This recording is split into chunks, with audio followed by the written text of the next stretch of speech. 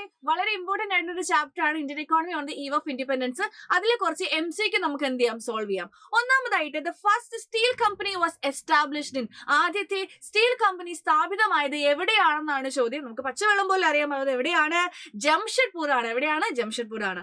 അതിനുശേഷമുള്ള ക്വസ്റ്റ്യൻ ആണ് occupational structure of India is divided into, ഇന്ത്യയുടെ തൊഴിൽ ഘടനയെ എങ്ങനെ അല്ലെങ്കിൽ ഇങ്ങനെയാണ് തിരിച്ചിരിക്കുന്നത്. എങ്ങനെയാ തിരിച്ചിരിക്കുന്നത്, എത്ര സെക്ടേഴ്സ് ആണ് നമുക്കുള്ളത്, പ്രൈമറി, സെക്കൻഡറി, ടെറിഷറി. അപ്പൊ 3 സെക്ടേഴ്സ് ആണ്. 3 എന്ന ഓപ്ഷൻ ടിക്ക് ചെയ്യുക.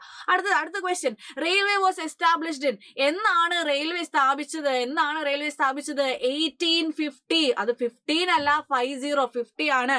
1850കളിലാണ് റെയിൽവേ സ്ഥാപിച്ചത്. അവസാനത്തെ ചോദ്യമാണ് Tata airlines was established in, എന്നാണ് ടാറ്റ എയർലൈൻസ് സ്ഥാപിതമായത്. നിങ്ങൾക്കറിയാം 1907 എന്ന് പറഞ്ഞ ടിസ്കോ ആണ്, സ്റ്റീൽ കമ്പനിയാണ്. തെറ്റിച്ചു പോകരുത്, 1932 ആണെന്ന് പഠിച്ചു വയ്ക്കുക. സോ അടിപൊളിയായിട്ട് പഠിക്കുക. All the best.